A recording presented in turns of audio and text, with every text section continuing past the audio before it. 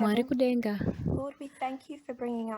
tinokutendai nekutiunza muvhiki rino iri tiri safe.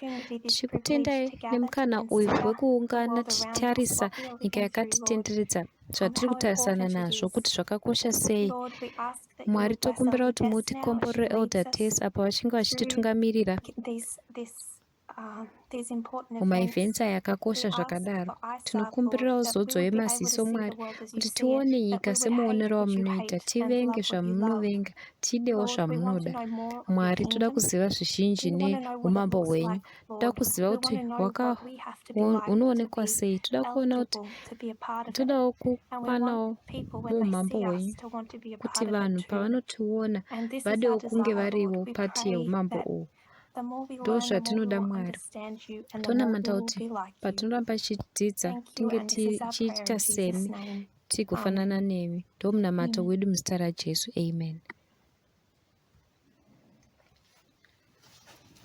One of the difficult parts of discussing modern atheism, chimwe chakaoma pakudhiskasa atheism yaiye zvinezvi kuziva kuti womira kusheya makotsi papi, nekuti kune zvakawandisa. Information iri kunze uko panyaya yemisogyny uye rusaro raganda uye miono yemodern atheism. Takapambadza nguva yakawanda tichitaura nezvazvo, asi vhiki yapfuura takatanga kuratidzawo miono yeutungamiriri hwevarume ava, apo sexual abuse yakawanda ichiwanikwa ichiitika, uye kujustifyiwa kweabuse iyi zvichizodzikawo kuna Marx watakatanga naye paarticle yeVox iya. Saka kunze kwekuti taenda patangent totangawo zvitsva, hatina zvizhinji zvekutaura pamusoro peatheism maererano nekupruvha kuti kune dambudziko resexism muatheism muzuva ranhasi. Brandon achatipa summary mumazwi ake pane zvinhu zvatakatarisa mumavhiki maviri apfuura. Saka ndichapa Brandon kuti atirangaridze mamapoints.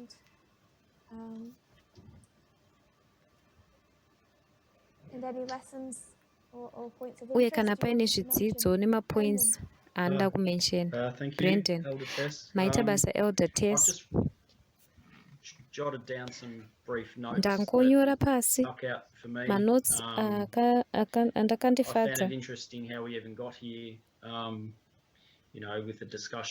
nekutaurirana pakati penyaya dzeleft nedzeright. Left, equality ichigavhena freedom, kuright, freedom ichigavhena equality. Kubva ipapo takazoendawo tikatarisa tikaona kuti kuright vakatowanda, kune spectrum yevanhu vataisatarisa vanosanganisira libertarianism. Uye kubva ipapo takazotarisawo article iya yeVox yaMarx yataurwa naElder Tess. Ma-ideological principles avo matatu, hutatu hwelibertarianism, atheism nemen's rights activism kana activism.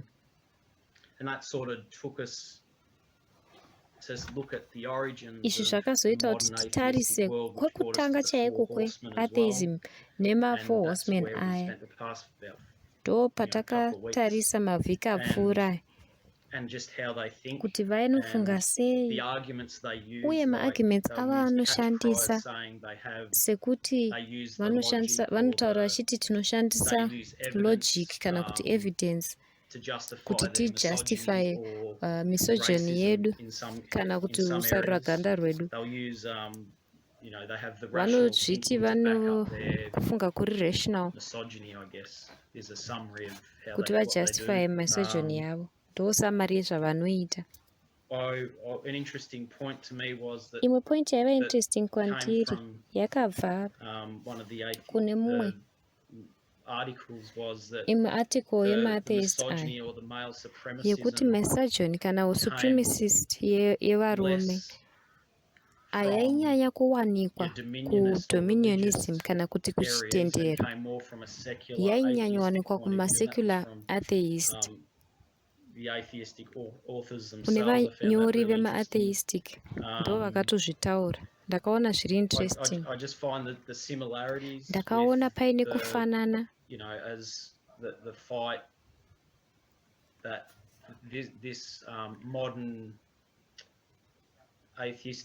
kurwisana kune ma-modern atheist varume ava vanozviona ari ma-threats. Isaini yehistory yekuti vakaona threat vanobva vanzwa. Waona kuti ma-threats acho kwakuine feminism ndosaka vakagadzira men's rights activists. Vanoona church iri threat ndosaka kwakava nema-atheist. Vanoona state iri threat ndosaka kuine ma-libertarians. Saka tinoona kuti pavanothreatenwa nezvinhu izvi vanobva vazviona kunge ndivo ma-victims, kunyange varivo vari kuperpetrata rusarura urwu, kunyanyanyanya kumadzimai nekuti ndokwavanofokasa. Ndivo ma-perpetrators asi mupfungwa dzavo vanozviti ma-victims. Imwe pfungwa patakatarisa ma-four horsemen, they sort of had a cultural feminist type of ideology. Tichiona ideology yavo ye-cultural feminism vachiitarisa kubva pamuono we-evolution. Vanoona madzimai vaine ma-weakness nema-strengths ekuzvarwa nawo. Takaona cultural feminism apo vadzimai nevarume vaine ma-roles nema-characteristic. Vanoshandisa izvozvo kuti vape excuse manje kune treatment yavanozopa. Kana utomboti mudzimai adhakwa, then murume anotora advantage kune mudzimai iwoyo vachiti havagoni kuzvibatsira. Izvi zviri hazvina kujairika. Zviri strange. Kwavari hazvisi strange hazvo asi ideology iyi inobva uku inoita kuti vakwanise kunge vari misogynistic zvakanyanya kushata kudaro. Ndozvimwe zvandorangarira ini. And I think they don't like, and it's sort of especially pertinent now. Ndofungawo kuti havafaririwo tichitarisa zvaakuitika kutwitter kurwisana nepolitical correctness kana kuti cancel culture yekuleft iya. Mazwi avo vanoti rational thinking kana kuti freedom. Izvo zvavanoti todawo kunge tichikwanisa kuzviita nekutaurawo matopics ari sensitive. Isu hatinoziva hedu kuti ari wrong, asi vanorwira ma-rights avo kuti vaende kune zvinhu zviri racist izvi zvine masejoni mukati. Musasi mazvo unoona vachifunga kuti ndezve-freedom pamusoro pe-equality. Ndo zvandinorangarira. Ndinoziva kuti kune zvimwe zvizhinji.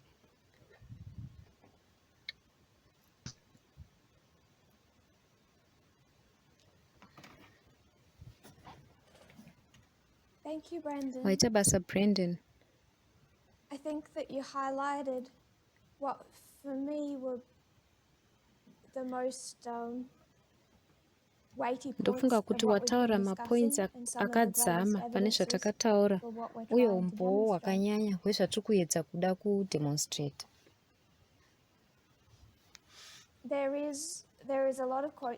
Pane maquotation akawanda akaverengwa, asi kwandiri aya akanyanya kusimba ndeiyo yawataura apo munhu aibvunza mubvunzo aitaura nemunhu anoresearcha Sarah Henry achitaurawo naAlex de Branco. uyo to kind aibvunza of mubvunzo say what aida we kutaura as a izvo movement have been zvatati researching for a few kurisecha years and semovement recognizing, tichiona this kuti sexism within kune this sexism religious, iriko kureligion, dominionist community. kudominionist And community. the researcher comes back and Research says, anouya yes, it's oti there, iriko but asi there is more of a men's rights kune ideology men's being right pushed ideology through the yakatowanda secular, inopushwa atheistic, new nema-atheist atheistic community vari than the secular dominionist community. kupfuura And I think yedominionist. that recognition from their own Ndofunga from kuti their own kuongorora members uku kubva kumamembers is avo important to recognize. zvakakosha And that was kuona only one quote. There are other quotes by women within that community. zvaitaswa naalex One branco woman, nevamwe the madzimai one who mucommunity was yavo. propositioned in the elevator, Mudzimai Richard uya Dawkins, akaproposwa muelevator was quite abusive towards. uyo akaitwa She abusive spoke, and we naRichard didn't read all Dawkins. that she had to say, but there was a lot Takataura that she had hatina to say. kuverenga zvese But she thought zvaakataura, that when she found asi the new atheistic community, she akafunga found her kuti people. aifunga kuti She found her paakawana safe community place from yeatheism which she could akawana attack nzvimbo iri religion. She safe could attack apo yaigona what she thought were the kuatakawo threats and mathreats problems within society.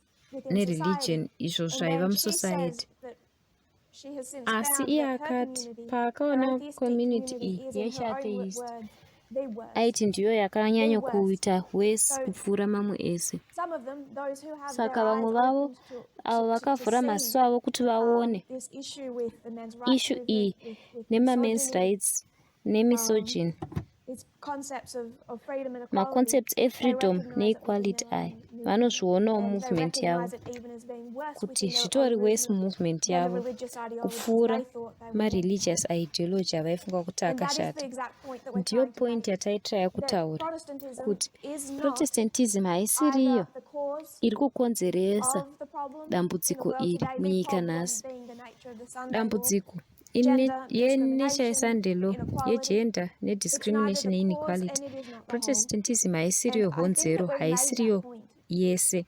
But Ndofunga kuti takaita we could point spend, iyoyo, I asi think, week tinogona after week laboring it, kuita even mavhiki today, tichitaura just nezvazvo. fighting the urge to keep Kunyange reading nhasi quotes, keep giving evidence tichauramba after evidence uchingopa of this problem that umpo is unotofana outside of religion. wekuti I thought to zvinowanikwa share kunze kwereligion. just a couple of Ndakafunga more kuti tishare instances mamwe mainstances ariko of how this is playing ekuti out in the atheistic zviri community. kuitikwa seiko mucommunity And yechiatheism there was iyi. an atheist conference Kwakuine called conference MythCon, run by the yechiatheistic organization yataurwa Mythicist Milwaukee. They invited apo a vakainvita personality called munhu Benjamin to be their weyoutube guest anonzi star. Benjamin kuti Benjamin ave writes and speaks guest star online yavo. under the name Sargon of Akkad.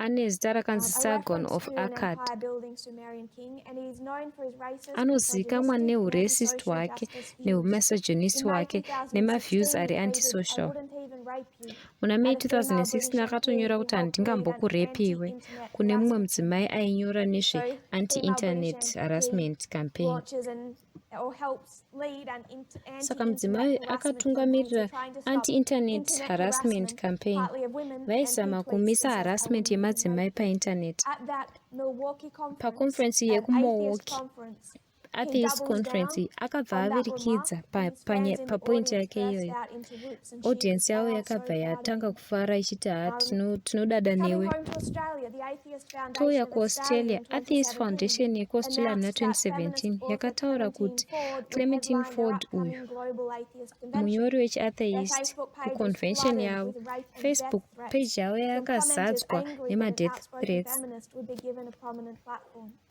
It was a fountain of violence. Someone affiliated with AFA recalled, horrible beyond words, and all of it was from fellow atheists. Zvese izvi zvaibva kune maatheists This from the followers vaidaidzira of zvinhu. such as Richard Dawkins, who Vanhu tuned in vanoteera munhu on akaita the kunge speech. Richard Dawkins. It shows some hypocrisy Zvinoratidzawo on hypocrisy even their yavainayo definition of freedom and uye free speech. yedefinition yavo yefreedom of And the speech. hypocrisy of them to Hypocrisy go yavo on right-wing yekuenda podcasts kuma-right wing and podcasts talk about the votaura silencing nezvekuti of vanyararidze those who wish to yekunyararidzwa kweavo have rational vanoda kunge thoughts vaine around kufunga kuri the rational. evolutionary, Zvakatenderedza intellectual differences of races, zviri evolutionary kufunga so-called kwema-differences aripo ema-races. Izvo vanodaidza vachiti left-wing left-wing cancel culture. cancel culture. So some of that, you also brought it into something that we're going saka to waunza discuss more zvimwe of, zvinhu zvatichataura which is nezvazvo cultural feminism. inova cultural feminism. I made a couple of bullet points ndambotaura as we mabullet spoke. points aripo. Cultural Cultural feminism, and then you also feminism spoke about where we tazotaurawo really finished up last week, which apo was talking about patakagumira intrinsic vhiki rapfuura qualities, zvemaqualities ekuzvarwa nawo, intrinsic weaknesses and maweakness intrinsic nemastrength that aunozvarwa evolution anodzidziswa neevolution kuti munhu are anozvarwa developed nawo, through the evolutionary process, kuti zvinodevelopwa neprocess yeevolution iya, and how those beliefs uye kuti in the mabeliefs aya development of intrinsic strength and mukudevelopwa kwemastrengths intrinsic nemaweaknesses weaknesses aya ekuzvarwa nawo influences kuti zvinoinfluensa their sei perspective of muono wavo gender issues wemaissues today. egender muzuva ranhasi. So thank you for that review. Waita basa It nereview brought us up iyoyo, over through the most significant points. watiratidza mapoints ari And I'm not significant. sure if you said you didn't expect us to get here from where we Wati started, and neither did I. hawaifungidzira kuti tingasvika But I'm patava excited, nhasi. although it is incredibly unpleasant. Ndine to be looking at some excitement of these kunyange things. It is hazvo fascinating. zvichirwadza kudaro, I zviri want to give, fascinating. I want to give, Ndinoda kupa, I think I just want to share screen maybe again, ndoda kungoshare because I screen wanted yangu us to nokuti see, ndachida kuti tione. I don't think I shared him before. Handifungi kuti Sam Harris, we've seen. I just ndakambomuratidza. want us to be Sam able to Harris recognize takamuona, these people, ndachida because kuti sometimes you see tirecognize vanhu faces, ava and I wish I nekuti hadn't done this mafaces more. aya Sometimes we ndaiwisha don't kuti dai recognize the ndakazviita, names, dzimwe but nguva we recognize the faces. tinoona face toiziva And I don't totadza think kuziva I've shown mazita. Hitchens before. Handamboratidza This is Hitchens uyu. Christopher Uyu ndiye Hitchens. Christopher But Hitchens. you have those Asi four une horsemen. mahorsemen vana And avo. I wanted to Uye ndaida also zvakare for us to kuti recognize tizive one other man who comes up quite a lot. Again, mumwe there is murume an anoramba achibuda extensive zvakanyanya. number Pane of nhamba yakakura yevanhu vari influential, scientists, mascientists leaders underneath them vari pazasi who pavo, are as vari misogynistic misogynistic as they are, sezvavari, and problematic. There uye is a vane whole article matambudziko. Pane dealing with article Me Too rinototaura the Me Too nezveMeToo within the movement scientific community, and mucommunity it's quite troubling yechiscientist. reading, because these men are Varume held in ava very high esteem, and vanotarisirwa misogyny and pamusoro sexual abuse chaizvo, is so very asi much abuse inbuilt into the yavo scientific community, yakanyanya and very muscientific hard community, to root out. ende inonetsa kuti Maybe that will be udzure. shared at another time. Ndichazoshare I'll just see article if I mumwe can't nguva. share Ndaona screen kuti Lawrence ndishare Krauss. He screen. will come up Uyu quite ndiye Lawrence frequently Krauss. if you are reading articles Anobuda about that, kazhinji because mumaarticles aya nekuti while the other apo vamwe leaders you might hear quoted vamwe vatungamiriri justifying the vanokotwa sexual abuse that vachijustifya is found sexual in their abuse conferences by inowanikwa some of their leaders. mumaconference He's the avo, perpetrator of a certain amount of that sexual iperpetrator abuse wesexual abuse that idzodzidzi, they then justify. iye anozozvijustify. His record with women Rekodi yake nemadzimai is that is the type of man that if you're a young woman was ndiye at murume conference, uyu she was wekuti kana told paiva to be very careful what she nemudzimai ari drank and very kuconference careful where anonzi she went ungwarire and avoid him at all paunoenda costs, because he uavoide murume has uyu a reputation. nekuti ane reputation yakashata. He also came out and in vigorous Akabudawo defense of a friend of achidhifenda his, zvakanyanyisa whose shamwari name I can't yake, immediately zita rake recall, ndarikanganwa, Jeffrey Epstein, Jeffrey good Epstein, friend of his. shamwari yake chaiye. He vigorously defended Jeffrey Epstein. Akamudhifenda zvakanyanya. And I'm not just wanting us to Handisita see kuti that the tingoona sexism in these sexism men, muvarume the ava racism in kana kuti these racism men. I'm wanting muvarume us ava. to Ndoda kuti see tione how they kuti justify that vanozvijustifya sexism, sei because sexism iyi, nekuti that is what is going to ndizvo educate zvichaita us. kuti Sure, they're tidzidze. sexist, but Hongu why are vari they sexist, sexist? How asi do sei they vari justify sexist? that when they Vanozvijustifya are sei supposed to apo embody vachifana the kunge modern enlightenment, vachizviti when ndivo they vane enlightenment yechimanje are manje, champions pavanozviti of tisu rational thought, machampions vekufunga kuri when rational, they are not just apo vasingori atheistic, maatheist but chete, believe in a asi fundamentalist, vachitenda militant mune modern modern atheism. atheism How iri do they justify their fundamentalist misogyny? yechimanje That manje. is what will teach Vanojustifya us, sei not just fundamentalism seeing that yavo, they're ndo sexist, and zvichatidzidzisa. his Handisi kungoti vari justification for sexist. his friend Jeffrey Epstein, Justification his yake defense of yeshamwari that yake Jeffrey Epstein was zvaakadhifenda that achiita essentially, as zvazvingori a rational thinker, semunhu anofunga there zviri was, rational, you couldn't I'm going to quote instead Ndichangoita of reading it, zvekukota, not directly his comments, kwete macomments ake zviri direct, but why he asi could justify makasei or excuse achikwanisa Jeffrey kujustify Epstein. kana kuexcusa Jeffrey Quoting actually Epstein. from the Atlantic Tichikota kubva on kuatlantic, Lawrence Krauss sexual misconduct Lawrence allegations. Krauss ma-sexual Sexual misconduct misconduct allegations cases anoti do not fit neatly into the ma-misconduct framework that asexual governs rigorous scientific inquiry. haagoni If kupfuura there's one nerigorous thing that we've scientific learned from the inquiry. Me Too movement, Kana pane is that chatakadzidza so much kumetoo of movement understanding injustice ndechekuti is kunzwisisa experiential injustice and rooted in zviri anecdotal evidence. experiential uye zvine And this midzi is part mukuti of munhu the akaexperienza zvinhu problem. izvi It's sei. part of Ndo the problem dambudziko that racho men's rights rine activists have with ma-men's rights feminism, activists against feminism with issues of nenhau equality, is that dzeequality. so much Vanoti is rooted in zvizhinji experience zvakadzika and anecdotal mudzi evidence. muexperience And they see yemudzimai that uyu neevidence yekuti as very inini similar zvakaitika to kwandiri religious sei. thought. Vanoona And that is zvakafanana where feminism nekufunga and religion kwechitendero. for them are Ndo intertwined, are apo kind of feminism the nechitendero same thing. zvakarukana Because mukufunga you kwavo, can't go into nekuti some aspects of haugoni kupinda mune inequality, mamwe ma-aspects some aspects einequality of Me Too kana kuti movement mamwe emetoo allegations movement ma-allegations with that ariko type of scientific ne-inquiring inquiring brain and yechisayensi iya find all the woona shreds of evidence to evidence build a dzese case. kuti It uvake often kesi yako doesn't exist because there hazviwanikwi often isn't nekuti much hapana left zvinenge zvasara at the end zvakawanda of, pakupera even at the end of rape. kwekurepwa kwemunhu. It's that so much of understanding injustice is experiential and rooted in Vanoti anecdotal evidence. kunzwisiswa For hardcore kweinjustice free thinkers, that's a problem. Because ndezve personal experience testimonies yemunhu, saka can't be vanoona zviri verified or dambudziko tested kuti in an ma-personal empirical experience way. haagoni That was kuvherifiwa part of his nenzira iri justification for Jeffrey empirical. Epstein. Ndo He kujustify couldn't kwaaita Jeffrey go Epstein. in and test Haaikwanisa these women's kupinda allegations. He otesta couldn't ma-allegations verify them emadzimai with aya, an aisagona empirical scientific kumaverify brain. nepfungwa Therefore, yake he chose yeempirical to yechisayensi. defend his belief Saka in Jeffrey Epstein, his kudefenda friend's good kwaakaita character, Jeffrey rather than Epstein mabeliefs allegations aya that he could not scientifically nema-allegations test. ekuti haaikwanisa Ashley kutesta Naftali wrote in the nesayensi. outline after the Ashley allegations about Krauss made akataurawo public. So that was a direct quote of Ashley Naftali.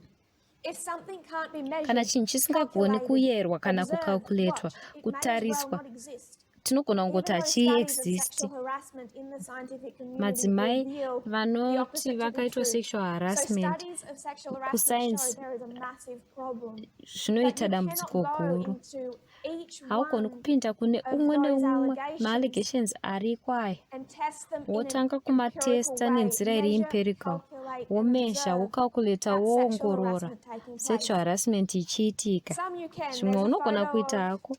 Pane Krauss mufananidzo reaching around waKrauss to touch a woman's apo breast who'd aida asked for a kunanavira photo with kubata him. zamu remudzimai, But the photo was asi foto blurry, yacho so he yakanga found a yakadzimika, justification. There were saka multiple witnesses who said he drugged her akazvijustify. breast.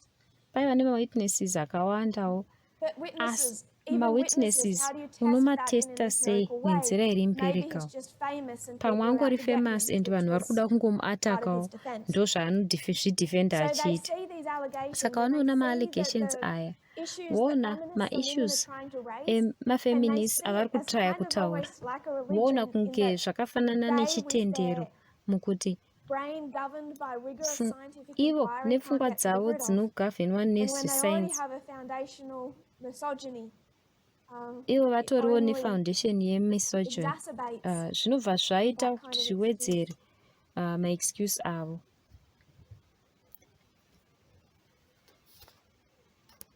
Marie. It's raining here, so I hope that doesn't disrupt Kuno kuri anyone. kunaya, ndovimba kuti hakuzokanganisawo munhu. My question is more about Mubvunzo wangu ndewekuti in the revision section and mukurevisa zvelast week so I'm sorry. ndine because urombo I'm going to be nekuti taking ndakukudzoserai kumashure. I didn't see your hand. I'm Handina sorry, it's kuona my ruoko. fault. We can go back. Dambudziko rangu. No, I just find some of it hard to picture. Zvimwe zvacho for ndinotadza example, kunyatsozvipicture semuenzaniso. do these men Varume ava they find religion a threat, vanoona religion iri and threat they don't agree with church uye and state. havatenderani So how nenhau would they dzechechi feel nestate. then about, Saka the political right, vanoona religious sei right? vanhu How do they feel vereligious about right that? kana kuti How vepolitical do they right feel about their type of church netype and state? yavo yekubatana kwechechi That's just nestate. what I Ndo wonder. zvandichingofunga You don't kuti have to answer the question. mubvunzo uyu unogona kupindurwawo here hamene. So that's kind of where we ended Saka ndo patakagumira last week, vhiki isn't it? rapfuura, sandizvo here? Saying that how do you Tichiti, see unoona sei that there's this kuti massive kune right-wing right wing group that uphold boka ravo this essential trinity rine ideology yeutatu and iyi yet oppose church and uye state. vachipikisa nyaya So dzechurch that's kind nestate. of where we Ndo finished last week. patakagumira Am vhiki I understanding rapera. it correctly? Ndokunzwisisa kwangu here? To be completely honest with Kutaura you, chokwadi, I didn't see handina just kuona that last 10 minutes 10 of it. minutes So dzekupedzisira, I may have missed saka that. ndogona kunge ndisina So kuzvibata. Yes. yeah, I You might have remember missed what it. happened with your computer? I was actually watching it Ndandiri today, but kutoiona I didn't nhasi, get the last 10 minutes. asi maminitsi ekupedzisira handina kumaona. Please do go back to that because Unokwanisa we bring kudzokera it up kwazviri then in the nekuti last 10 tinotaura minutes. nezvazvo But you muma-10 won't find minutes an answer there, ekupedzisira, asi unfortunately. hapana mhinduro It was ipapo. more that we were recognizing that your question Kungoti exists. taitorecognisa kuti mubvunzo wawabvunza Problem that uyu we need to uriko address, answer, zvechokwadi, kuti tofanira when we see a kuzviadresa group kuti opposed to patinoona church and boka state rinopikisa church and yet state asi on the wrong side of vari the Sunday law. kudivi resunday law riri wrong, zvinofambisa sei? Yeah. Okay. Thank you. So we're coming Maita around to that. basa, saka tichazodzoka kwazviri. Okay, thanks. Alright, maita basa, I'll watch the last 10 minutes. ndichaona maminitsi ekupedzisira. But you won't find an answer there. Asi So hakuna hopefully you mhinduro find ikoko. one, if not tonight, we are Tikasazvibata discussing that. nhasi I wanted to just spend tinogona a kuzozvitaura. couple more moments Ndachida on kungoti these men. tingopedza Please feel free nguva to zvishoma raise your pavarume hand and ava. speak up at any time. Mukwanise kusumudza maoko Sam enyu. Harris, we Tachida kutaura discussed Sam misogyny, Harris, but also takamutaura his misogyny racism. yake We need to nerusaro not just rwaganda know that rwake. these men are that way, we need to understand Tofanira kuziva kuti their varume type of ava thinking, ndozvavari, asi tofanira their kunyatsonzwisisa methodology, what kufunga kwavo, underlies their methodology misogyny. yekuti misogyny yavo inombobva papi. Richard Dawkins, probably one of the most obvious, umwe anonyanyozikamwa except for Hitchens, but he kunze passed away kwaHitchens. some time ago. Hitchens akashayika kenguva yapfuura. Extensive misogyny. Kune But I also misogyny wanted to mention his yakanyanya, position on trans uye people. ndaida kutaurawo So, position yake pavanhu vari trans. Dawkins compared the lives of trans people to Rachel Saka Dolezal. Do Dawkins we remember in 2015? anokompeya Rachel upenyu Dolezal hwevanhu vari is a trans white woman kuna Rachel who Dolezal, said that she mudzimai wechichena identified as aiti a black woman anoidentifya semunhu and then tried mutema. to forge a career in black Akada kuita activism and career academia. kublack activism neacademics Do ikoko. people Vanhu remember her vanomurangarira here? from Kubva muna 2015? 2015. So she's white and she said she Muchena, identified as asi a black anozviti woman. iye mutema. And Dawkins Saka essentially Dawkins said akabva ati iye trans people are doing the vanhu same vari thing. trans vari You kuita can't be zvinhu white zvakafanana naizvozvo. and Haugoni kunge uri munhu self-identify muchena as a wozviti black iwe uri person. munhu You mutema. quote, I'll just quote him. Ndokota Some men kwatiri choose to kumuita. identify as women and some women Anongoti choose to vamwe varume identify as vanoda men. kuzviti You will be vadzimai, vamwe vadzimai vilified vanoda if you kuzviti deny varume. that they literally are what they identify as. Discuss. Obva ati So vanhu this is discussai the type of nezvazvo. dog whistling. You Saka see, ndokuita he'll dog tweet whistle that, kwaanoita, but anoisa at the end he'll patweet say oti discuss. And ngatitaurirai then when he nezvazvo. gets attacked for that, Paanozotanga he will say kuatakwa, he was just trying to anongoti engage handachida kungoedza in kuti titaure scientific reason, nereasoning in yezvesainzi open discussion. So he wasn't mudiscussion. necessarily giving his Saka thoughts, he was ndasiri just kupa pfungwa stating dzangu, something and then ndandiri telling kungotaura people zvinhu. to discuss it in Ndopa the vanhu kuti comment section of vataurewo Twitter, which always patweet works well. izvo zvatinoziva kuti hazvishandi. It's a cover for his own Anenge achida kukavhiridza views. maviews ake iye He pachake. then said, is a trans woman a woman? Anobva abvunza Purely kuti semantic. mudzimai ari If you trans define by mudzimai here, chromosomes, no. kana If tichitaura by nemachromosomes self-identification, kwete, yes. asi I call her she out of self-identification courtesy. pamwe. I don't like the idea that Handifariri people can idea pillory someone yekuti like Jordan mumwe Peterson munhu anoti for kuna refusing to be Jordan compelled to change Peterson his language, he said, adding voti that those who akaramba do so kuchinja are denying kutaura reality kwake. and it's a heresy to do anything other than that. So I wanted to take 2 points for that. First Ndachida of all, kutaura his mapoints defense of Jordan maviri. Peterson should not surprise Anodefenda us. Jordan Peterson These hazvifaniri men are kutishamisa. Varume religious ava or atheist, mareligious kana kuti ideologically aligned maatheist when it comes vanenge to gender. vakafanana ideology dzavo kana tauya panhau And dzegender. with that, Naizvozvo you find then that friendship unoona between paine atheism ushamwari and pakati the far right. peatheism The nevefar right. second, he suggests Chechipiri that you become anosugesta a kuti heretic unoitwa questioning muheretic something like pakunge trans wabvunza identity. chinhu Again, chesexual if identity. he's a Zvakare heretic kana akazviti for muheretic questioning something related to pakubvunzwa pane gender, zvinhu what does that zvegender, make the gender zvinobva issue? zvaita It makes gender it a issue type of kuti iite religion. kunge Heresy is war ireligion. against or opposition to Maheretics religion. vanhu And they invoke vanopikisa that, zvinhu zviri again, that religious. religious Saka akaunza type of language language yechireligious when iyi referencing paanenge not just achireferensa feminism, kune but zvefeminism gender-related issues. nemagender related I've said enough issues. about Ndataura Christopher zvakawanda Hitchens, pamusoro but I paChristopher want Hitchens, to asi discuss ndada kutaura just for a izvi moment. kwechinguvana. The last one we Uyu have Daniel on Dennett Daniel watisina Dennett. kubata He, nezvake. you would think, is Unogona the kufunga kuti least ndiye asina problematic madambudziko of all of them. pane vese. He is. He seems to be Anoita kunge less on the asiri kunyanya warpath and kurwa much more hondo careful uye in how ari he careful phrases his beliefs. mukutaura mabeliefs But ake, he's very close asi with ari pedyo Richard zvikuru Dawkins. naRichard He's Dawkins. just much Angori more careful careful mune what he says. zvaanotaura. But I Asi wanted ndaida to kuti screen screen share share to clip a yepaYouTube. YouTube clip. And this is Izviwo unfortunately they vakaisa put pamwe together a chete debate debate between pakati paDaniel Daniel Dennett Dennett and naDinesh Dinesh D'Souza. D'Souza. And this Debate debate iyi is iri about maererano the existence of God. neuvepo hwaMwari. It's deeply Ine dambudziko problematic guru that kuti they even vanopa give Dinesh D'Souza Dinesh platform, D'Souza a platform, uye let alone zvakare Daniel Dennett. Dennett. Dinesh D'Souza ndewe far is right, far right. Far enough ari ku-right wing, right-wing ku-far to, right chaiko. I couldn't, if you were to Ukamutarisa look him up on paWikipedia Wikipedia, wotarisa find his makoments ake comments on erace race, it's akakura about that chaizvo. long. He's Anosapota a huge chaizvo supporter Alex of Jones Jones, a wemaconspiracy conspiracy theorist, and a uye vocal opponent anooposa of the maClintons, Clintons, Barack Barack Obama. He's released Akambobuditsawo conspiratorial mamuvhi movies. He is echiconspiracy. very right Ndewe wing, right wing to zvakanyanya the point zvakadaro of kuti not just ari bigoted, bigoted uye but ane maconspiracy conspiratorial as pamusoro well. pazvo. And he's who Uyu they ndiwo chose vakachuza to kuti debate adhibhete naDaniel Dennett on the existence of God, because pakuuvepo Dinesh hwaMwari, D'Souza does nekuti believe in a God. D'Souza anotenda muna So that's Mwari. not really Asi what izvo zvatoda we're kuti here to listen titeerere, to. We're toda here kuti to titeerere hear kunzwa kuna from Daniel Daniel Dennett. Dennett. Saka So I'm going ndichaita to screen screen share share and just show clip a short clip yevideo of this iyi. video. And then Ndodako I'd kuzoti like Lynn, Lynn, if you don't mind apo for us as we tichiteerera listen to this video video, iyi, at the end of it, ndoda kuti I'd like you utiudze to tell us kuti what iwe you unofunga think kuti Daniel Daniel Dennett Dennett is ari kuti saying. chii.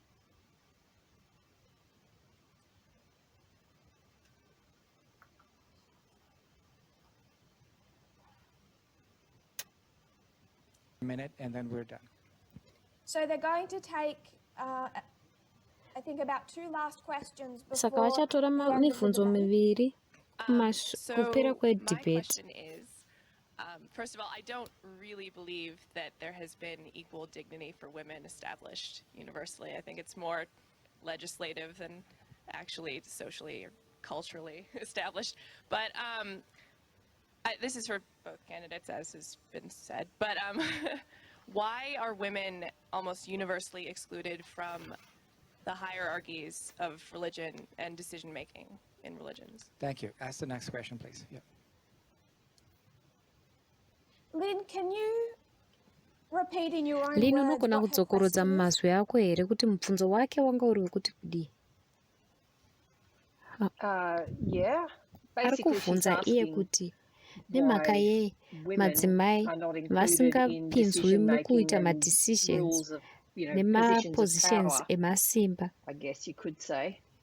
I think, did she say Ataura kuti within religion munhau and dzezvitendero religion uye and chimwe something? chinhu I forgot chandakanganwa. that bit, but basically she's talking about Ari the kutaura lack kuti of madzimai havana representation of women, representation yakakwana particularly in nyanye-nyanye religion. kune zvechitendero. Might Rega just replay ndidzokorodze it so kuti we can pick up tinhonge point iyoyo. that point. For women established universally, I think it's more.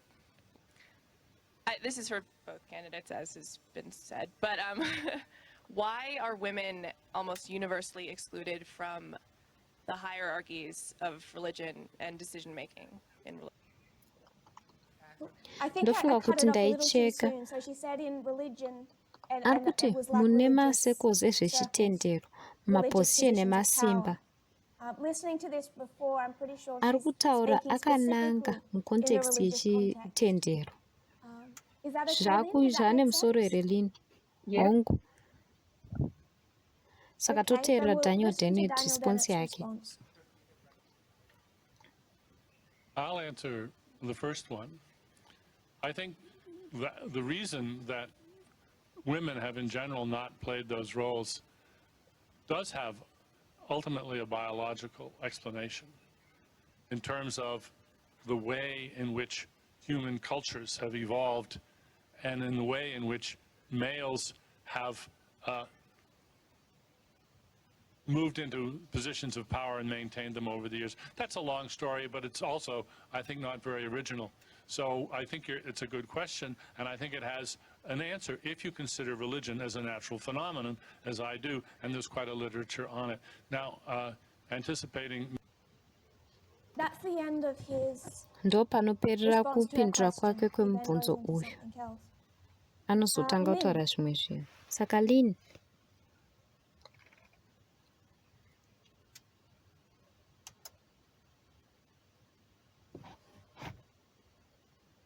Lynn?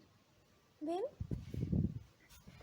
I just was trying to unmute, but the screen was all moving because you went from screen share. But anyway, yeah, so basically his primary Reason reason yake is iri biological, primary ndeyekuti zviri is what he was biological. saying. And he Ataurawo mentioned basically the zveevolution evolution of human yeculture yevanhu culture uye kuti and how vanhurume males, I guess, have vakadominata sei dominated in regards maererano to nemapositions positions of emasimba power and uye kuti vakamaintaina sei maintain them, mapositions which aya. is interesting. It'd be Zvinobva interesting to zvaita know interesting a bit more kuzivawo about that part of his nezvepart answer, yemhinduro yake especially iyi, considering he was talking about achitaura biological nyanyanyanya explanation, because he didn't really go nezvebiological. into that a lot, Apinda but mune then he sort of izvozvo talked asi about azotaurawo how men kuti moved into those varume positions and then vakatora maintained them. mapositions aya So vakamaintaina. yeah, it's kind of a, Saka it'd zvinenge be an zviri interesting interesting one to kunzwisisa kuti understand a little bit more about what he thinks, but I think anonyatsorevei, that's asi ndingo basically ndo what he said, if I zvaangotaurawo understood kana correctly. ndanzwisisa chaizvo.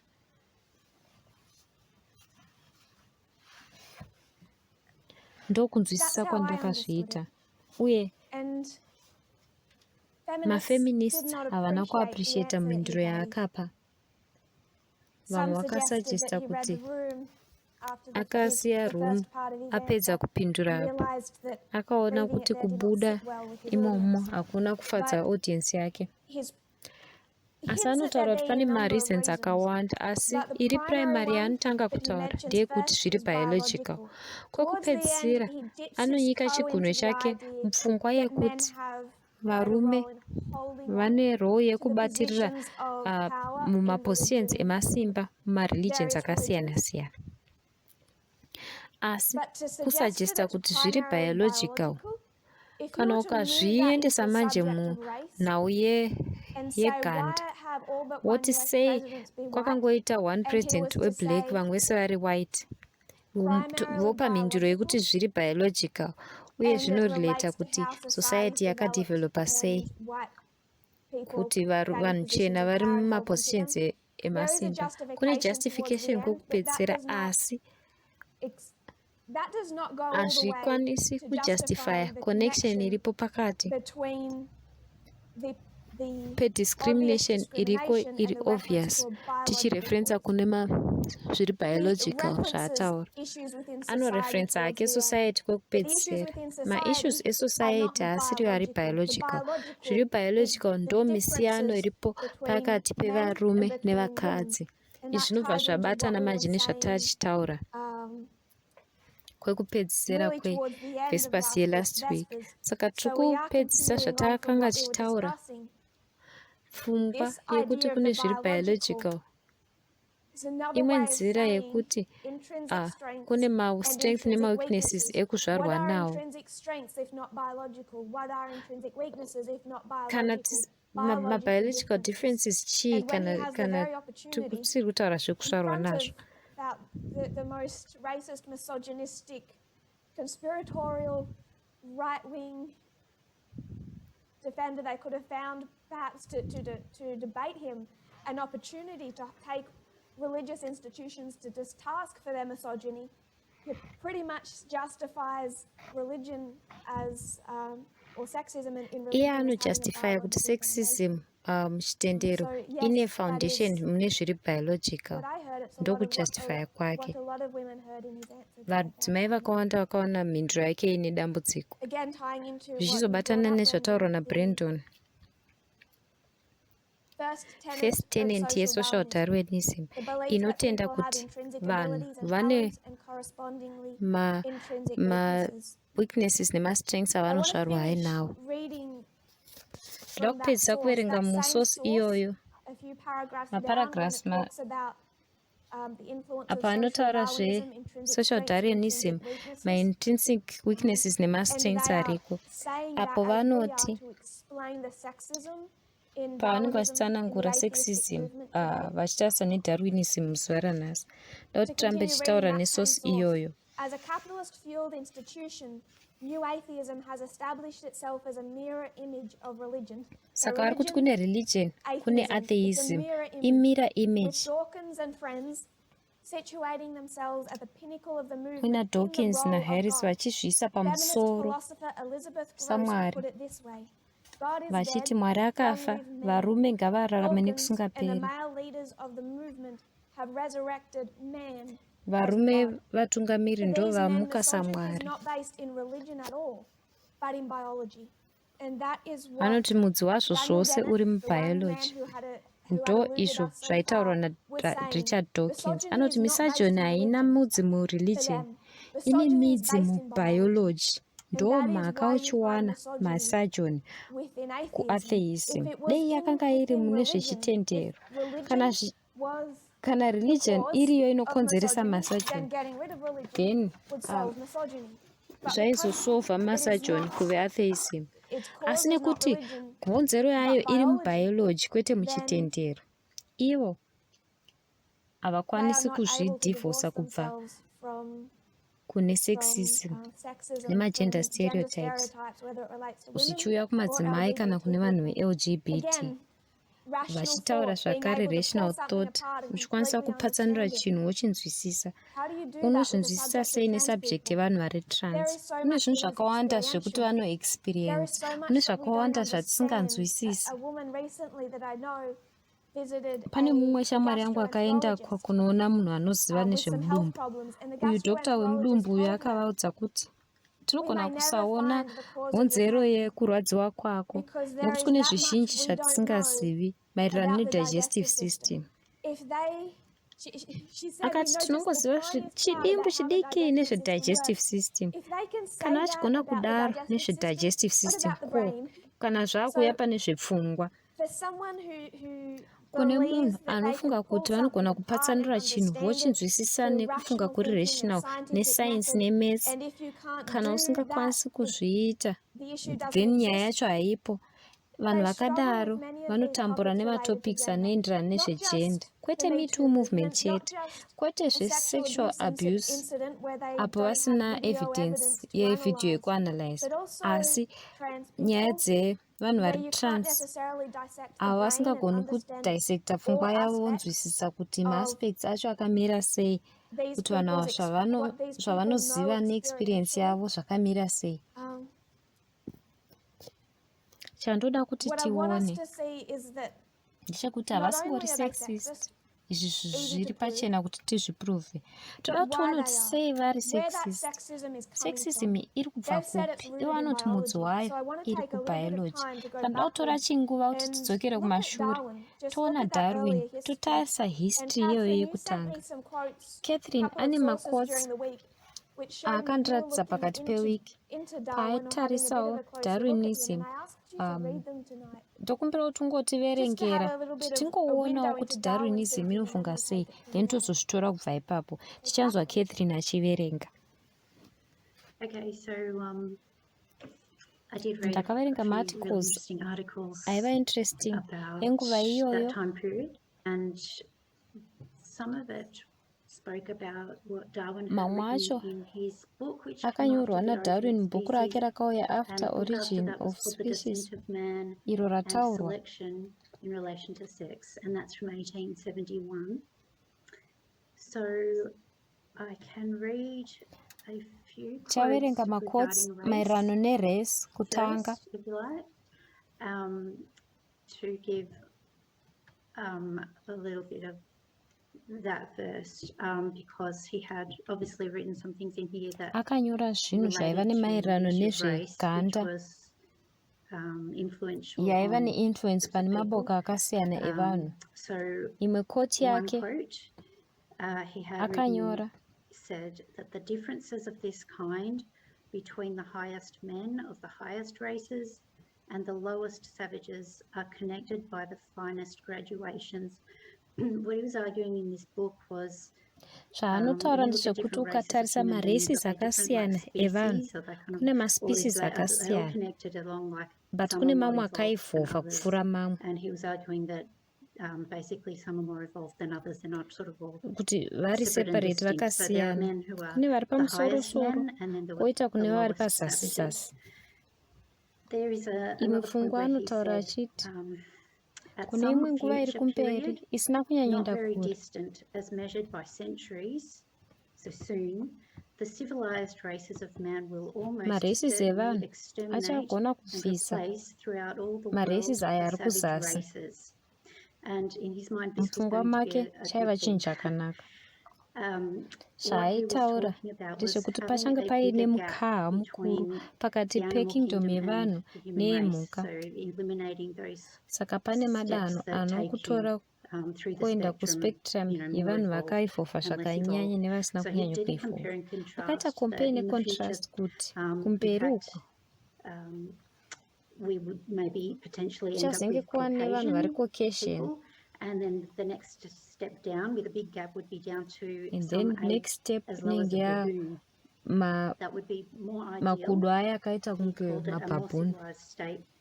But currently, so instead of, as at present, between the Negro or Australian Anoti and hapana the gorilla. mukaha So mukuru currently, pakati they're pretty close to each pemuaustralian other. The kana Negro kuti and Australian munhu is like mutema our lowest, man, nemagorilla. and gorilla is the Hapana highest mukaha animal, and they're pretty mukuru. close to each other. So we kind of Aitarisira expected kuti those middle categories to be makategori aya achadzimwa exterminated, and that would be a natural zviri sort of natural development as vanhu humanity vachiprogress. progressed. Ndo So that's some of his mamacomments ake comments on race erace that I picked out zvandakanhongawo of mubhukumu. that book. Toendawo pane Moving nhau on to gender, dzegender. he talked about Akataura again the role, him arguing for selection by achitaura kuti kune selection reproduction, maererano and nereproduction.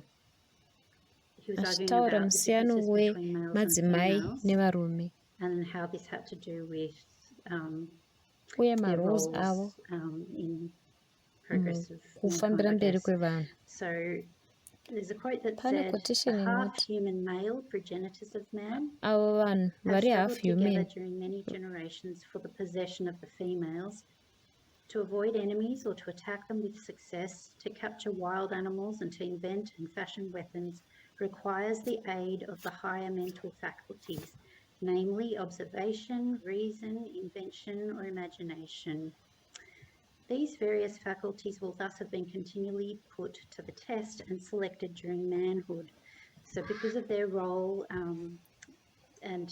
but to possess the females and, reproduce and evolve, they had to have the higher mental faculties.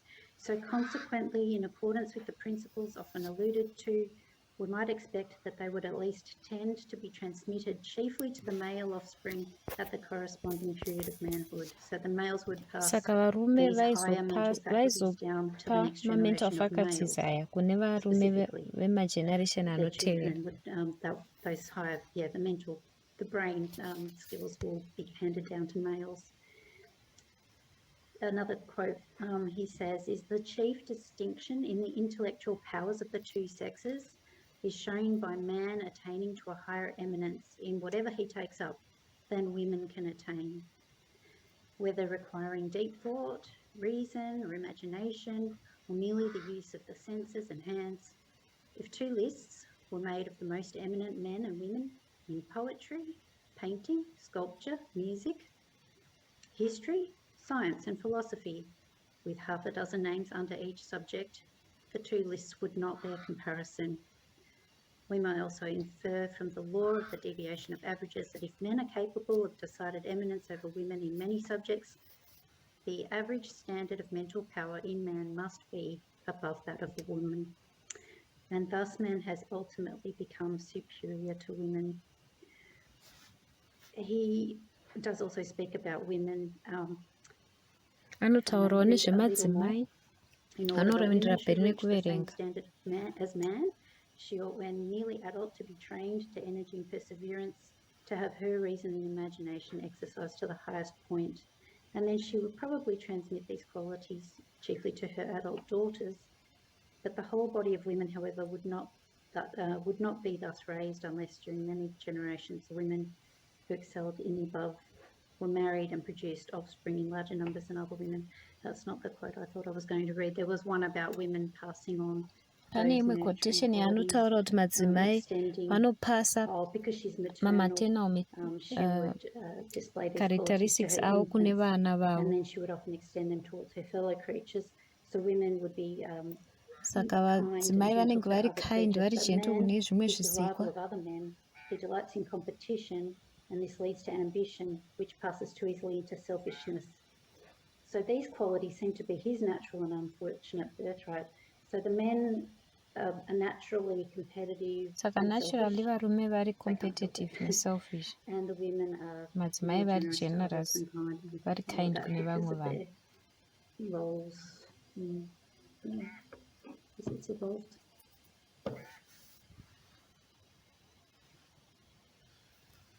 Waita hako Catherine. Thank you, Catherine. Kune zvizhinji mumakoti wayo. A lot in those quotes to unpick. I'd like to come back Ndida to the kudzoka earlier kune ones that awatanga you read on kuverenga race. aya erace.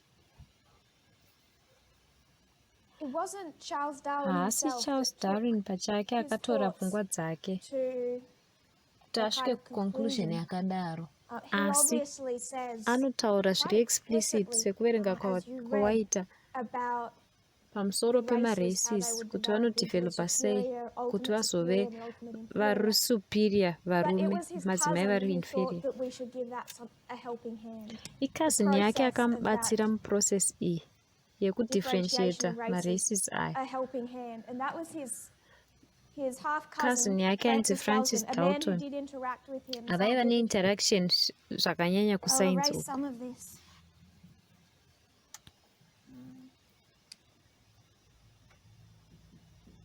Francis Galton, the half cousin hama of yaCharles Darwin.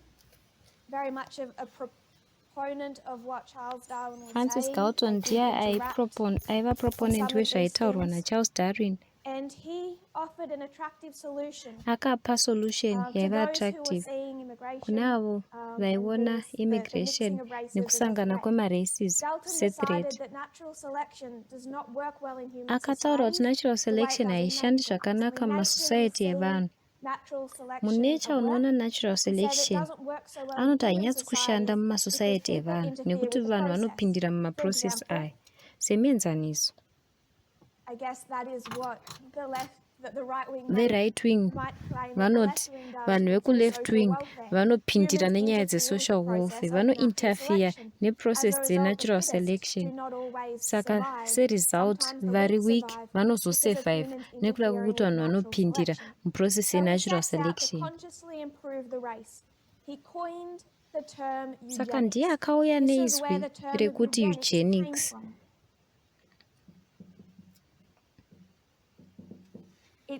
Was coined by the half cousin of Rakagadzirwa Charles Darwin. nehama yaCharles Darwin iyi. It comes from a Greek Inobva word meaning kuzwi good birth or rechiGreek noble in rinoti heredity. good worth kana kuti In noble in heredity. 1883, Galton defined eugenics as the science of improving Galton stock, which is anodefina by no means confined to eugenics questions of judicious sezvaverengwa. mating, but which takes cognizance of all influences that tend to, however remote a degree, give the more suitable races or strains of blood a better kuti chance of maraces prevailing ari suitable speedily ngaapiwe over the mukana less wekuti suitable asurvive races or strains of blood zvinekukasika than they otherwise would have. than So he ayo says that maraces eugenics is anotarisirwa about pasi. Saka anoti eugenics speeding up the process of ndeyekuti natural process selection yenatural so that selection more suitable iitwe races speed become up more dominant kuti more quickly. maraces aya ari favorable And ave he dominant refers to this as nekukasika. what must be Anotaura introduced kuti ndizvo to zvinofana the nation, kuintroducwa kunyika, to the national conscience, kune like a new religion. conscience yenyika So he sereligion sees itsva. this form of Saka atheism anoona as a atheism form of iyi itsva religion and sees iri that fomu it needs to be yereligion introduced inofana as a form of kuintroducwa religion to get people to sereligion kuti embrace vanhu it and vaimbundikire follow it. vaitevere. It has indeed strong claims to become an orthodox religious tenet of the future. For eugenics cooperates with the workings of nature, evolution, by ensuring that humanity shall be represented by the fittest races. He wrote an Akanyora article article for the editor of the Times nevan- titled Africa for the Chinese. needitor I wematimes. don't actually recommend that people Handiti read it vanhu if you want to handimboti vanhu vaiverengi have a good day. It kana is vachida truly kunge awful. vaine zuva But he rakanaka was a nekuti proponent yakashata of chaizvo. colonizing Africa with Anotaura Chinese kuti people because ngatiisei he vanhu believed vekuchina that the Chinese kuafrica people were a more nekuti vanhu suitable race. vekuafrica vari more suitable And, than vekuafrica. It's truly awful. the language he Zvakashatisisa uses. chaizvo. Language yaanoshandisa So yakashata. eugenics has a direct link through to not just social Darwinism, but to Charles Darwin Eugenics himself, ine very definitely. kubatana But where nedarwinism. social Darwinism really took its Social most shape Darwinism was in the interaction between Charles Darwin yakaiisa kuinteraction and his pakati advocates, paCharles Darwin August Schleicher, Max Müller, and nema-associates Ernst ake Haeckel. aya ataurwa. Haeckel. Now, what do you notice about those Chii names? chamunoona pamazita ataurwa matatu aya? Brody, August Schleicher, August Schleicher, Max Müller, Ernst Haeckel. Sound very German. Vanonzwika kunge vari vekuGerman, ndizvo? Yes. Hongu. It was in Germany where he Kwaiva found his kuGerman greatest advocates uko akaona for social ma-advocates ake Darwinism.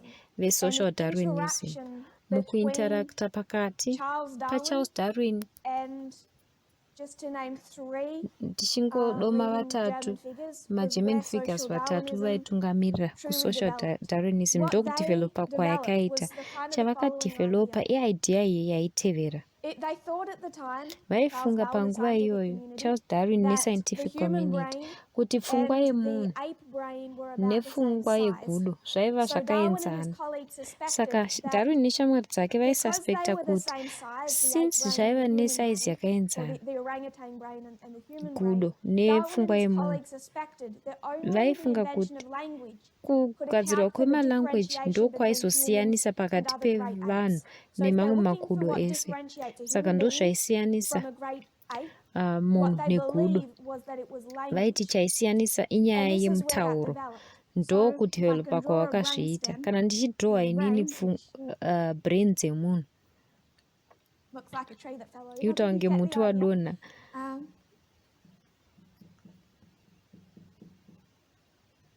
What separated it from an ape chaizviseparata kubva was kune the gudo development of kwaiva language. kudevelopa But what they kwemitauro. recognized Asi chavakataongorora ndechekuti because of this evolution of language nenyaya and the mind go hand in hand. yeevolution From this yepfungwa iyi, perspective, empirical evidence from languages from around the world umboo was interpreted hwemutauro by Haeckel pasi in Germany tenderere as supporting the idea zvaiinterpretwa that nations, nevekuGerman vaya despite having rather similar kuti physiologies, mama-nations kunyange represented zvazvo distinct lines of takafanana evolution. pamitumbi So even though I takasiyana have a similar neevolution body to nenyaya dzemutauro. someone in Kunyange Germany, ndiine mutumbi someone wakafanana in nemunhu ari kuGermany kana ari Italy, to kuItaly someone in kana ari Ghana, to kuGhana someone in kana ari Japan, kuJapan, compared to animal species, we all tichizokompea have the same nemhuka bodies. tese tine But mitumbi what we have is yakafanana, different asi languages. chatakasiyana Therefore, they mitauro. Saka suggested vaisajesta that these kuti different languages kusiyana kwemitauro uku showed that kwairatidza different kuti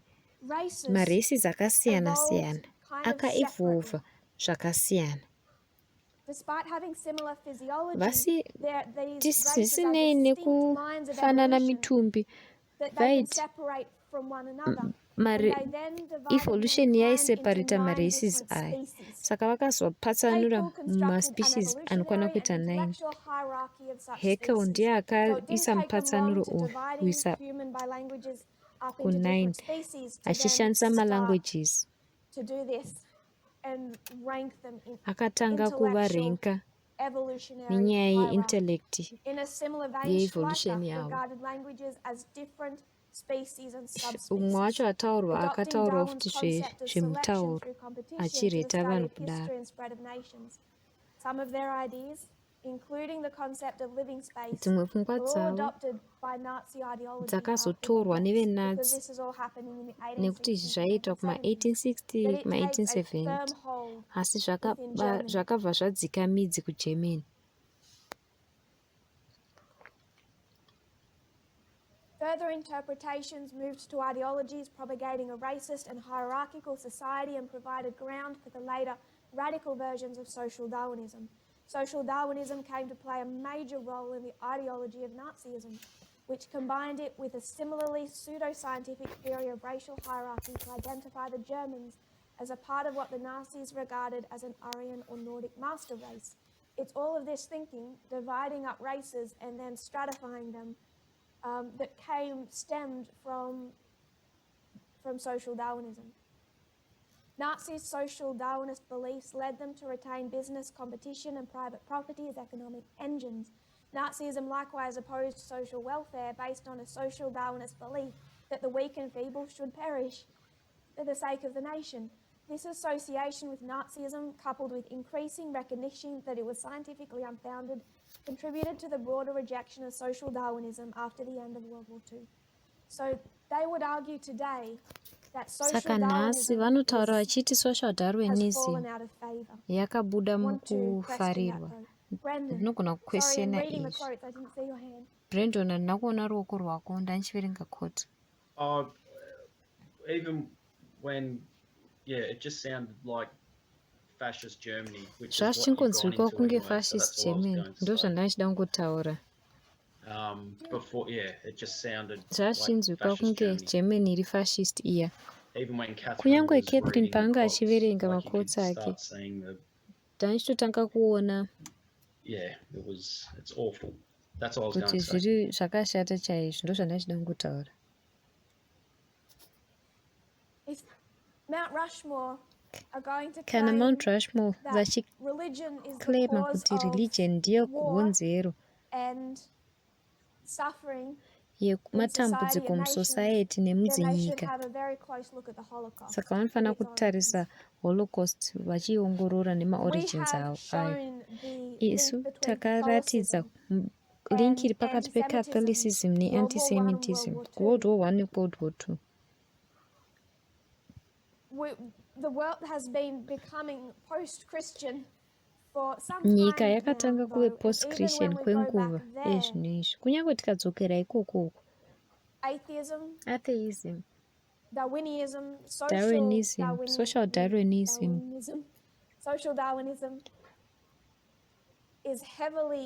bears heavy responsibility for the Holocaust. vane And that is why responsibility it huru has fallen out of kuHolocaust. favor. Ndosaka But the yakabuda problem is that mufavor. people today now argue the following. Dambudziko nderekuti They say vanhu that nhasi social vaakutaura Darwinism is not vachiti scientific social Darwinism haisi scientific because nenhau yekuti Darwinism, Darwinism, is atheism supposed to look vanofana kutarisa only at biology, chete kune zvebiology, only at how biology has developed kutarisa kuti over millions biology of years. yakadevelopa sei And they say mumakore social Darwinism is a akawandisa. pseudoscience Vanoti social because it isn't based Darwinism in biology. isayensi yekunyebetsera nekuti haisi But based gender mubiology.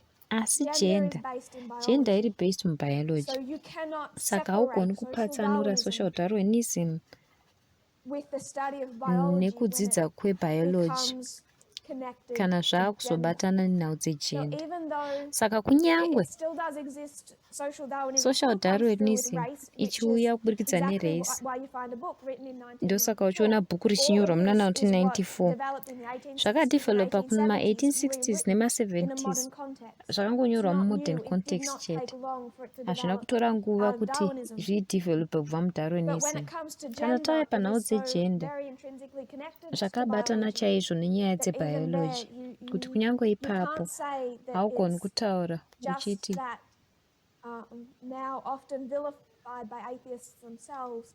It's just that social Darwinism ingori that social isn't Darwinism really part of modern isiri part of evolutionary modern evolutionary I want to thinking. screen share an article Ndoda actually, kuscreen share and maybe article I can share this afterwards. I won't ndogona read it all, but kuishare it's just tapedza evidence of this thinking handizoiverengi at work. asi There is ingori much evidence.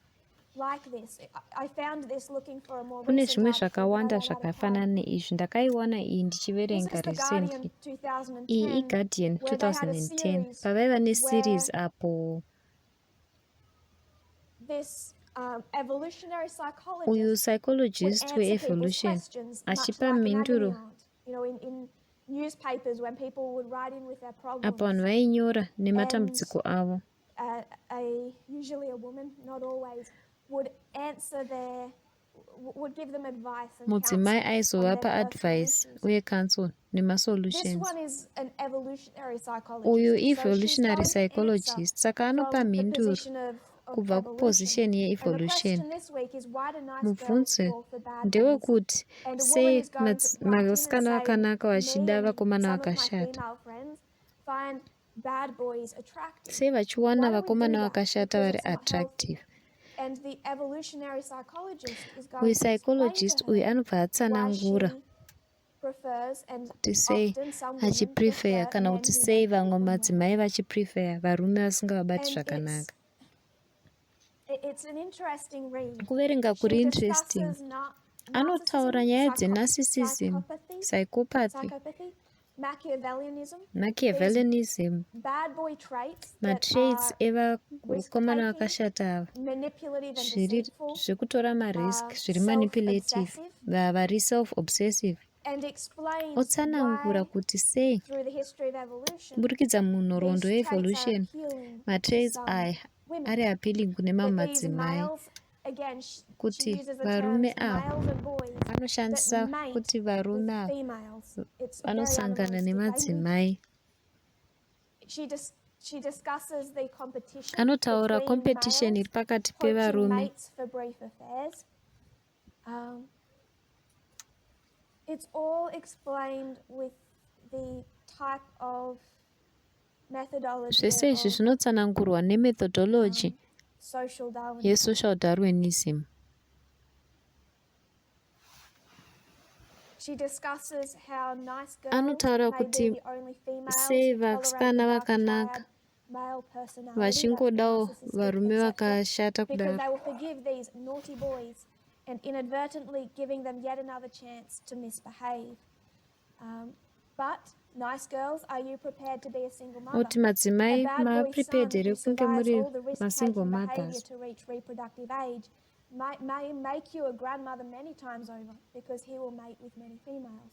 But are you really looking for quantity over quality? So quantity of grandchildren, because he will mate with many Saka women, or vasukuru quality, vakawanda nekuti anenge the family achisangana environment, nemadzimai not being akawanda. a single mother, because she's... Oh, I didn't actually read that part. I think that's important to Pane mention. pati yandasiya iri important kuti ndiverenge. She also says, Inoverengwa. I can find it.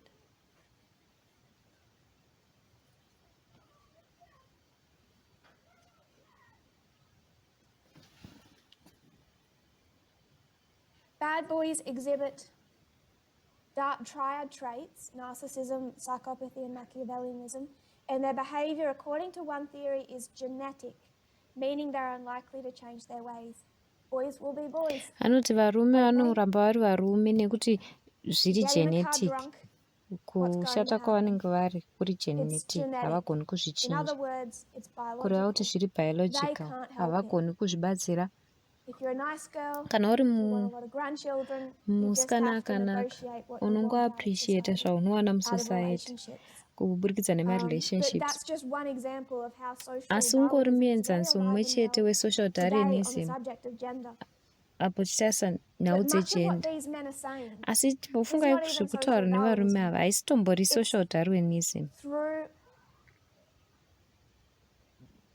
what Darwinism fundamentally teaches about Zvinodzidziswa biology, neDarwinism maererano not nebiology, necessarily just kwete koga social evolution asi nyaya dzebiology yevarume nevakadzi. Brandon. Was that article, is this correct in looking at it from this perspective? Was that just an article to justify abuse? Article iri raingova kujustify abuse chete here. Hongu. If you want to cut it all down, and so we're starting to look at the mindset. Takutanga kutarisa pfungwa nemethodology yekujustify abuse. And so they're using that methodology. Saka vari kushandisa methodology iyi. This is why it's okay. Kuti ndo mhaka zvakanaka. Well, we don't have a choice because it's kuti hatina choice nekuti zviri natural, ndo zvazviri, hatikoni kuzvichinja. Saka kwavari abuse iri normal.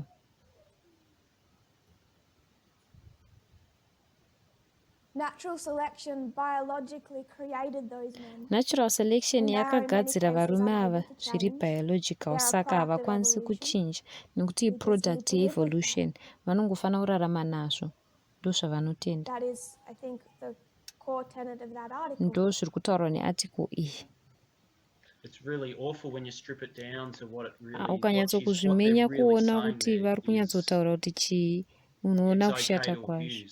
Vari kuti zviri okay kuti vanhu vaabuse, ndo zvavari kungotaura muarticle iyi. It's okay, but also with that element that they can't help it. Vanoti zvakanaka uye havatokwanisi kuzvicontrola. Ndo zvavari kuti unoexpecta kuti chiitike kana uri kuzodanana nemukomana akashata. Saka unofanira kutozvitarisira, haugoni kumuholda accountable nekuti social evolution yakamugadzira akadaro.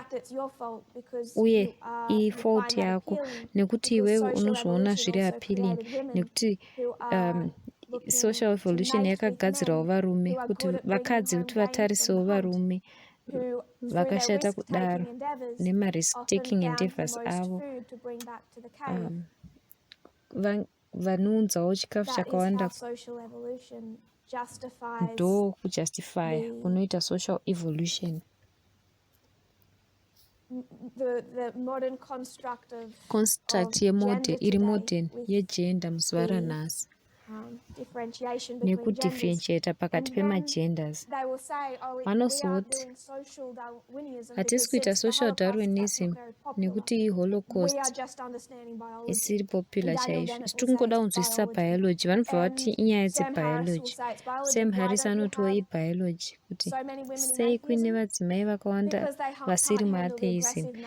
Iye anoti havagoni kuhandla aggressive nature yediscussion yacho. Haasi kuti madzimai havasi aggressive, anogona kutarisa bear ona kuti riri aggressive. Hakusi kuti vadzimai havasi capable of aggression. Tarisa mukadzi ari kumaperiod, kana akatanga kupopota vanoti ari aggressive. Vanotanga kuti sei ari aggressive, vobva vazvibatanidza negender yake nekuti ari kuperiod. Anotarisa mudzimai ari aggressive nekuti ane ma-emotions, nekuti anofanira kuchengetedza vadiki vake. Asi zvinongodzokera kuma-emotion nema-hormones. Aggression iyi iri different pane iri kutaurwa naHarris. Paari kutaura neaggression isina ma-emotions yaunowana kumadebates avo panyaya dzereligion naMwari neatheism nemamatopics asiri popular, kuti munhu ari trans mukadzi kana kuti haasi. Iaggression isina emotion inobatanidzwa nerational nereason. Vanoti madzimai havakwanisi kuve havana kuzvarwa nematraits wayo. Vanoti haizi social darwinism, vanoti ibiology. Iye anoshandisa biology kutsanangura kuti sei madzimai vasiri muatheism nenhamba dzakawanda. Daniel Dennett akashandisawo biology seargument nyangwe aida to kuzvipfavisa explain hake why aida kuitsanangura religions kuti have a sei patriarchal mareligions structure. aine structure iri They patriarchal. still believe in Vaingotenda biology, kuti which brings us biology to that root of the problem. ndiyo Why inotiunza is there kudambudziko iri? misogyny Sei and kuine sexism misogyny nesexism within the atheistic pakati community? pe-community Why yema-atheists? do you find this Sei atheism uine atheism part of the right-wing trinity, iri ku-right-wing where trinity they are also often part of the men's vanenge rights vachirerekera movement? kuma-men's If you rights believe that movements? these differences Kana are uchitenda biological, kuti that it's madifferences not aya ari a man's biological, fault the kuti way he haisi acts, mhaka yemurume kuti ari zvaari, that it's not, kuti that it's often a woman's problem, that she's kazhinji just idambudziko attracted to men that way, so she remukadzi bears anonge attractwa responsibility nevarume when she vakadaro, gets into an abusive saka relationship and is paanopinda mistreated. muma-abusive If you relationship. believe all that, Kana and uchitenda then you see izvozvo, feminists saka trying to unoona take down mafeminists vakuda masculinity, kudhiritsa it's quite an easy masculinity, slide into men's rights movements. vanobva vapinda We're muma-men's out of rights time, movements. so I Time yedu don't ndo want to yapera, answer your saka handisi kuda question, Marie, kupindura about bvunzo wako Marie pamusoro how all of this relates to the Sunday kuti law. zvino We'll maererano get into api that next nesunday week, law. I promise. Tichapinda kwazviri vhiki But rinotevera. I just want to close Ndinovimbisa, on asi ndoda speaking of kungovhara tichitaura one men's rights activist, mumwe muactivist wema-men's rights. Roy Den Hollander. Does anyone know that name? Uyo You can ataurwa. raise your Pane hand if you know anomuziva that here? name. Roy Den Hollander.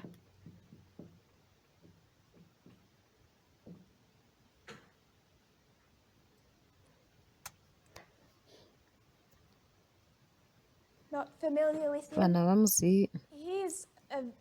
He was on the extreme spectrum Akanga ari of the men's rights kuspectrum iri activists. extreme yema-activists I might share an article yema-men's rights.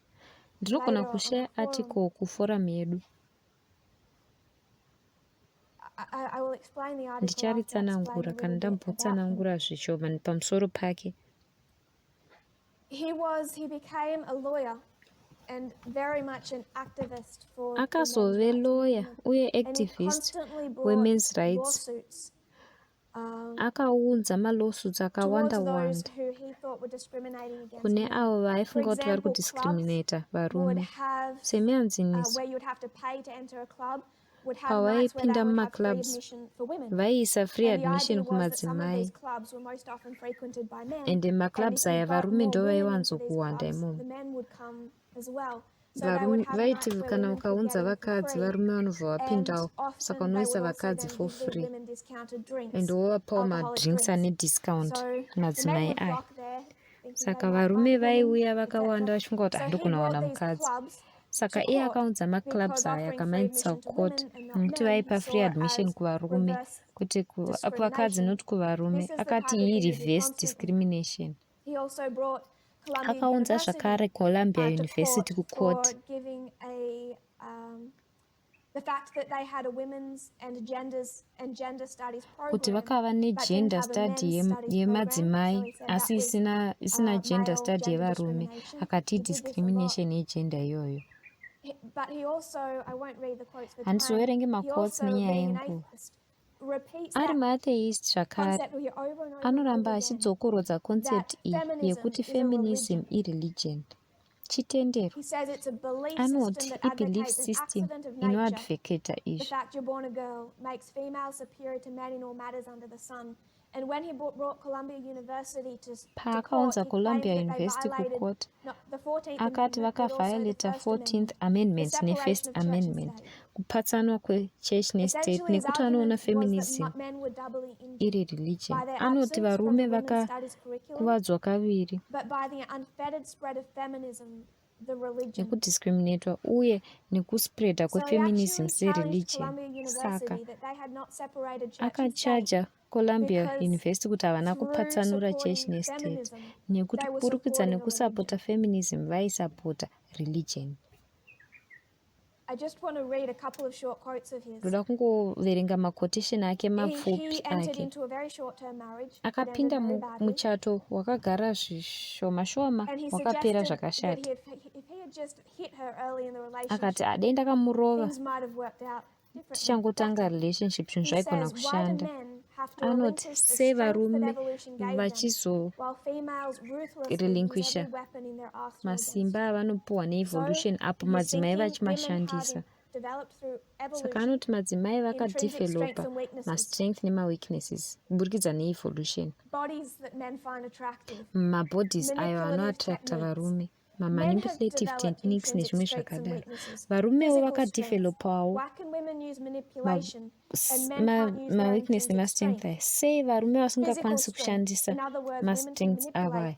Why can't men Kana madzimai vachimanipulate, why saka can't men sei varume punch? vasingagonewo Why can't men kushandisa react with physical physical yavo kana aggression? kurova, kushandisa physical aggression. It ended badly, Zvakapera as you might zvakashata expect. He said the sezvatinotarisira. only problem with a life lived too long under feminazi rule is that a man ends up with so many enemies. He can't even score with all of them. So when he was given a terminal cancer Paakapiwa diagnosis he took a yeterminal gun, cancer, he went akatora to the pfuti house of akaenda kumba a woman judge, kwemudzimai and aiva jaji. when the door opened, Pakavhurwa he door, let rip, killing her son, akabva shooting her ashuta husband, but mwana her husband wacho, survived. He akashuta fled before he murume found wacho, her. akabva atiza asati Shortly amuwana. before that, he'd also shot Mushure meizvozvo another men's akabva rights lawyer apfuura who he mumwe men's considered rights to be a lawyer rival of his. waaiti He then irival took yake, his life iye with the akabva same gun. azvishutawo nepfuti iyoyo yakare. So he couldn't just pass away, cancer or Akati otherwise. handaimbongofa He was nekensa determined to chete, strike back even at the aitoti very end. ndinotostrika back chete. Why do men have to relinquish Sei their varume strength vachifanira that kurelinquisha evolution simba yavo intrinsically through biology reevolution gave them, yavakapiwa physical strength, nebiology, while women, apo females, can madzimai ruthlessly use vachishandisa the intrinsic strength yavo evolution gave them. yavakapiwa neevolution. The article that I wanted Article to share was in the yandaida kushare Atlantic yanga iri shortly after he died, muatlantic and achangobva kufa. really made the point Yakaita point of iyi how yekuti flippantly the media had treated how media dangerous he was. yakabata sei He shot at danger this woman's home, kuti killing anga ari son dangerous zvakadi murume in uyu. middle 2020. I remember that in the news. I'm not sure you might as well. Akabuda The munews media kunana had for years known 2020. about him, and Media it was yaiziva like he was kind of just a nezvake, joke. asi And the Atlantic vaingomuita article senge takes them to task on muchibata that. zinyeke On nyeke. racial issues, someone that dangerous Munhu would not have ari been dangerous treated as much of zvakadaro a kana joke as this tatarisa man kumaracial was. He issues did not make his aisatriitwa hatred very sejoke. well hidden. Just to read the very end of that article, because he was featured on the Daily Show in the Colbert Report by Colbert. Akafichwawo And muDaily Roy Show Hollander, in his personal website, muwebsite rake put a link akaisa link to his interview yeinterview by the Colbert Report. And neveColbert next to the link, report. Dan Hollander included a note. Dan Hollander If you can make akaisawo them laugh noti iri at him, kuverengwa iyi they won't expect something serious. He kuti knew kana how uchigona dangerous he was. kuvasekesa He havagoni knew kuexpecta that zvinhu zviri the dangerous. media, Aiziva the kuti Colbert Report, the media, Daily Show, Colbert that Report, MSNBC, Daily that Show, CNN, that MSNBC, Fox, that none of them Fox really took him seriously because they thought it was funny. havaimutora zviri serious nekuti vaifunga They kuti didn't like him, but aisekesa. they thought it was funny. There was that failure to see the Kwakava seriousness of the nekufoira problem. kuona Here's an extreme example, but I went to him for a few extreme reasons. hwaaiva First of nawo. all, the failure of the media for, I could say millennia, but I'll leave it at Media decades, yakatadza to see the kuona danger in danger this Trinity, but mutrinity particularly iyi New Atheism nyanyanyanya and the kunew men's rights atheism movement, nemen's rights movement, to show again kuratidza evidence of someone zvakare referring to feminism as a religion, and again kuti munhu hinting anotenda at the kuti reasons why feminism they see it as a ireligion. religion, linking it to religion, and again that atheistic Darwinist belief Belief of intrinsic yemadarwinist strengths and vari weaknesses, atheistic and ava how vachiti munhu anozvarwa that nemastrength nemaweakness, those gendered uye concepts kuti maconcepts aya support the men's ari rights gendered kuti movement, anosapota support sei their mamen's misogyny. rights movements nemisogyny yavo. The link between Kubatana misogyny kuri pakati and new pemisogyny atheism. I hope nenew that we can see atheism it now. tinovimba kuti We'll taakuzviona. return to this discussion Tichadzokera next week, but kudiscussion we're iyi going next to get week, into how asi this relates to the tichapinda kuti Sunday law zvinobatana and sei publicly nesunday tie it law. up. If you have thoughts and Tozozvibatanidza. questions Kana about muine the week, pfungwa nemibvunzo please, pakati pewiki, I want to hear. ndoda kuinzwawo. We'll close in prayer. Tichavhara nemunamato pari zvino. If you'll kneel with me. Mukapfugama neni.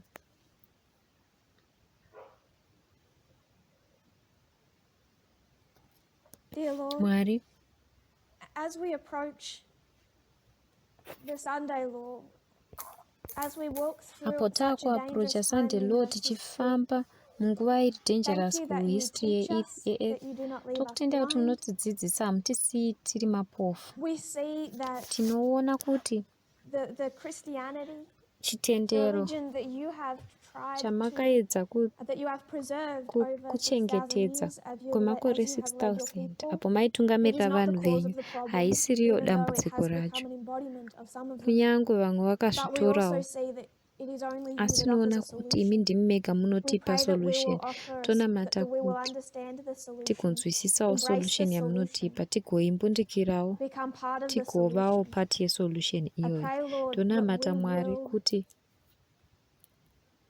see in our own thinking tione mukufunga kweduwo where not just the impact of what has come through kwete impact Adventism or yezvakauya Protestantism, neadventism but is neprotestantism just as kwechete, much asi pushed, izvo upheld zvinopushwa by Darwinism, zvinoupholdwa where we have nevedarwinism.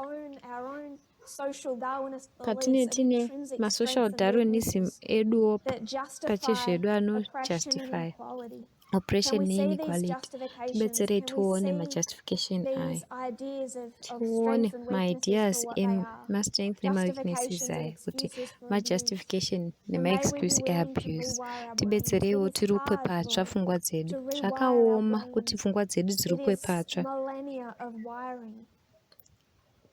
Kurukwa But we are kwakaitora all makore capable of doing nemakore, that work, and asi you are helping tinokwanisa us. kuita basa iri May ende we muri embrace kutibatsira. everything, Dei however painful, taingadzima that will zvinhu help zvese, us kunyange to mukurwadza rewire our kwazvo, brains. tibetsereiwo turuke pfungwa dzedu Pray that you'll patsva. be with us Ndinamata through the kuti munge Sabbath hours as we muinesu think on these things maawa and aya deeply eSabata continue to patichafunga lead and nezvinhu guide izvi. us. We know that Rambai you will muchititungamirira, do that.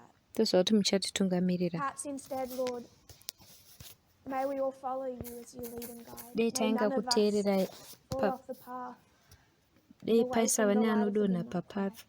I pray this in Jesus' Titeererewo name. midnight cry. Amen. Tonamata muzita raJesu. Amen.